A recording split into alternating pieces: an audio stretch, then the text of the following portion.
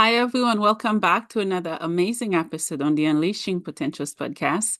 My name is Bernadette Desir, and I'm your host. And joining me today is Brian Hjort, all the way from Denmark in Copenhagen. Copenhagen. I tried. You did it well. Thank you. How are you? Yeah, I'm doing fine. It's a bit cold outside here in cold Copenhagen, but it's part of the year, so I'm okay. Long day, hard work, after fitness, now home. After I have 5 minutes of eating, and before I had to meet you. Yeah, I'm doing fine. Oh, that's good. Guess what? It's really cold here too. Where Very, are you very based? Can cold. I ask you where you're based in the U.S.? No, I'm in Canada. You're in Canada. Sorry, I'm only get used to Americans. So you're from Canada. That's beautiful because one of my co-workers, she's original from Canada too. Oh, okay. Have you ever been to Canada? No, but unfortunately, but now I met you. Maybe I have a chance to come one day. Who knows? Yeah, it's if you like the cold, it's cold and it's really hot in the summer. No, I don't like. Sorry, I don't like the cold weather. I hate cold weather, but I grew up in cold weather. Yeah, yeah, yeah.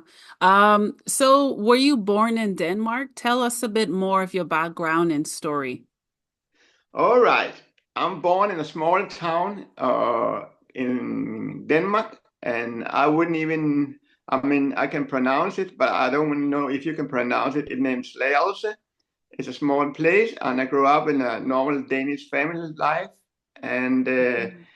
that's basically my story until I came to Vietnam in 1992. And like I told you in a little introduction in the email, that I came to Vietnam as a backpacker. You know, you are 20 something years old and you need to see the world.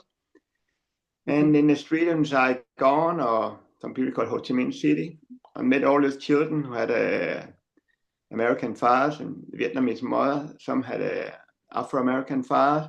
Some are Caucasian fathers, Latino fathers. And they didn't look Vietnamese, but it didn't look like a typical tourist because they were begging in the streets, and they're homeless and there are no families. And so Mhm. asking, what are you doing here? And they say, me means American. So, okay, if you're American, so what are you doing here in the street? And some through a translator told me that they're looking for their fathers in America and they want to come to America. And there was a refugee program who could assist them, but most of them had no information because the mother gave them away when they grow up and when they're children, because they couldn't take care of them because they had American fathers and they've been discriminated. So, Mhm. and I saw how the Vietnamese that time treated them, and I didn't like it. And by fortune, I was able to hang out with those Amerasian children. That's what they call them.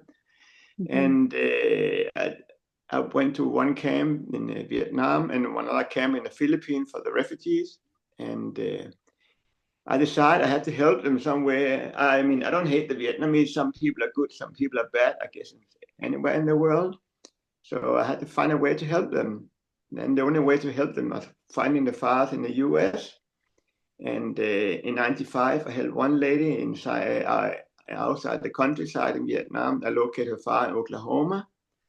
And everybody started to write me in bad English, or even worse in Vietnamese. I don't read or write or speak Vietnamese. And they say, please help us, help look for our fathers. I said, wow, if I can break one case, I can break more cases.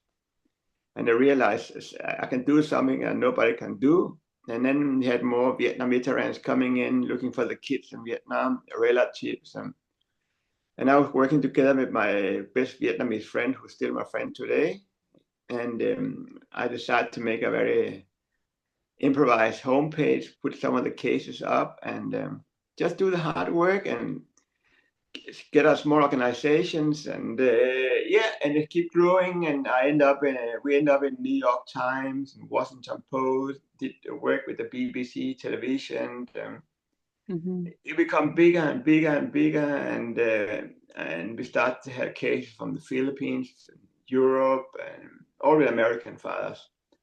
Mhm. And then came up with the DNA test in 2013, and then it became too crazy and too wild, and I decided I had to find somebody I can work together with to have a legal organization, because basically it was just like a wild, wild west, I mean, there was no control and nothing, we just had the money we had and we spent it on helping people.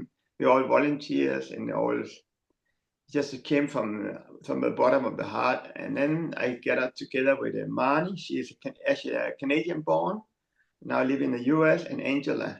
And they're more like it. They know how to do the paperwork and organized it and made it as a non-profit organization, tax exempted.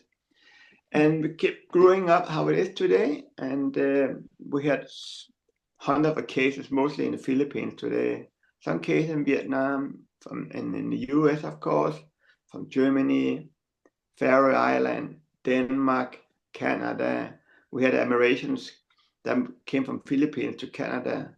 I mean, it's just become something, a small things I made in 1992 with a friend have become a big, big, big issue with volunteers in different countries. So that's basically a little pitch of my life. Thank you for sharing. So let me clarify to get a sense of direction of where to go. So you've been helping people connect with their biological families, specifically Yes. their fathers. Yes. Okay. Did something happen to you to inspire you to do that type of work? How much fulfillment do you get out of it? Because it's very inspiring, the work that you do. Well, I can only say like this. I'm coming from a family background that will never lack anything. I know who my parents is and still is because they're still alive. And I have food in my mouth. I have a place to live. I can take education. I live in a free country. But when I saw how those children were treated by the Vietnamese, then it's not their fault. They're war kids. They're just kids. It's not their fault what happened during the war. And that's something I say, hey, something has to be done, something positive. And I didn't like how they treat them. And basically, when I had a chance to help one, I realized I can do something positive. And I couldn't change the whole world, but I can do something for those people and those marginalized people. So yeah, that's how it started. And I said, wow, I helped one. It was a big wow. It was a big crazy kick. I feel happy, you can do something good. And then I guess that's the big drive about it. It's not about money or fame or be on television or radio or newspaper. It's fun in 15 minutes, and after it's just back to work again. Yeah. Thank you for sharing.